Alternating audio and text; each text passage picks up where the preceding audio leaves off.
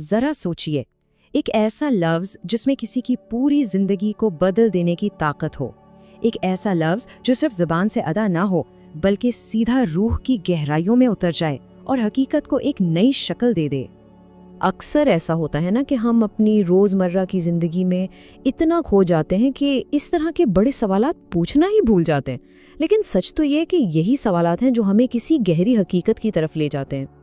تو سوال یہ اٹھتا ہے، کیا یہ واقعی ممکن ہے کہ صرف ایک لفظ میں اتنی طاقت ہو کہ وہ تقدیر کے بند دروازے کھول دے، راستوں کو روشن کر دے اور ہماری دنیا کو پوری طرح سے بدل کے رکھ دے؟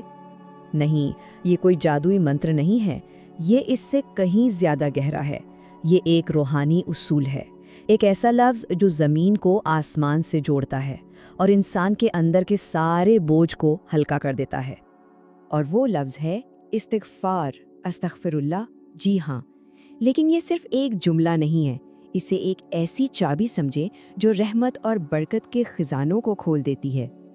سوچئے، جب کوئی سچے دل سے استغفار کرتا ہے تو روح پر جو مایوسی، غم اور فکر کی گرد جمی ہوتی ہے نا، وہ سب دھل جاتی ہے۔ یہ ایک فوری کنیکشن ہے، ایک ایسا سکون جسے لفظوں میں بیان نہیں کیا جا سکتا، جو سیدھا اندر سے پھوٹتا ہے۔ لیکن یہاں ایک بات سمجھنے والی ہے، استغفار صرف معافی مانگنا نہیں ہے، نہیں، یہ اس سے کہیں بڑھ کر ہے۔ یہ ایک گہرا، ایک کائناتی عمل ہے۔ یوں سمجھیں کہ یہ کسی کی تقدیر کو ری سیٹ کرنے والا ایک کوڈ ہے۔ یہ بالکل ایک یونیورسل کوڈ کی طرح کام کرتا ہے۔ جب کوئی اسے ادا کرتا ہے تو وہ اپنی روحانی فریکوینسی کو، اپنی وائبریشن کو منفی سے مثبت کی طرف موڑ دیتا ہے۔ یعنی یہ اپنی توانائی اور تقدیر کو دوبارہ سے سیٹ کرنے کا ایک طریقہ ہے۔ اچھا، تو یہ ریسیٹ ہوتا کیسے ہے؟ اس کے 3 بڑے سادہ سے قدم ہیں۔ پہلا قدم، اسے سچے دل سے کہنا۔ جب ایسا ہوتا ہے نا تو اندر کا آئینہ صاف ہو جاتا ہے، اور جب دل پاک ہو جائے تو تقدیر تو خود بخود ایک بہتر سمت میں چل پڑتی ہے۔ اس احساس کو یوں سمجھے جیسے بارش کے بعد مٹی سے ایک بھینی بھینی خوشبو اٹھتی ہے نا، بس یہی وہ احساس ہے جو استغفار روح کو دیتا ہے، ایک دم تر و تازہ کر دیتا ہے، بالکل ویسے ہی جیسے پہلی بارش سوکھی زمین میں جان ڈال دیتی ہے۔ تو یہ جو اندرونی تبدیلی ہے نا، یہ صرف ایک احساس تک محدود نہیں رہتی، نہیں، اس کا اثر ہماری باہر کی دنیا پر بھی پڑتا ہے، کیونکہ استغفار کرنے والوں سے کچھ بہت خاص وعدے کیے گئے ہیں۔ قرآن پاک میں بہت واضح طور پر بتایا گیا ہے کہ جب اندر کی حالت بدلتی ہے تو باہر کے حالات بھی بدل جاتے ہیں۔ یعنی یہ صرف روحانی سکون کی بات نہیں ہے، بلکہ اس میں دنیاوی خوشحالی، رزق میں فراوانی اور اولاد جیسی نعمتوں کا بھی وعدہ ہے۔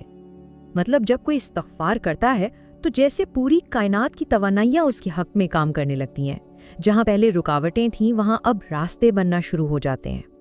اور بات صرف نعمتیں ملنے کی نہیں ہے، استغفار ایک اور بہت اہم کام کرتا ہے۔ یہ ایک حفاظتی ڈھال بن جاتا ہے، جی، ایک ایسی ڈھال جو ہر طرح کی منفی توانائیوں اور مشکلات سے بچاتی ہے۔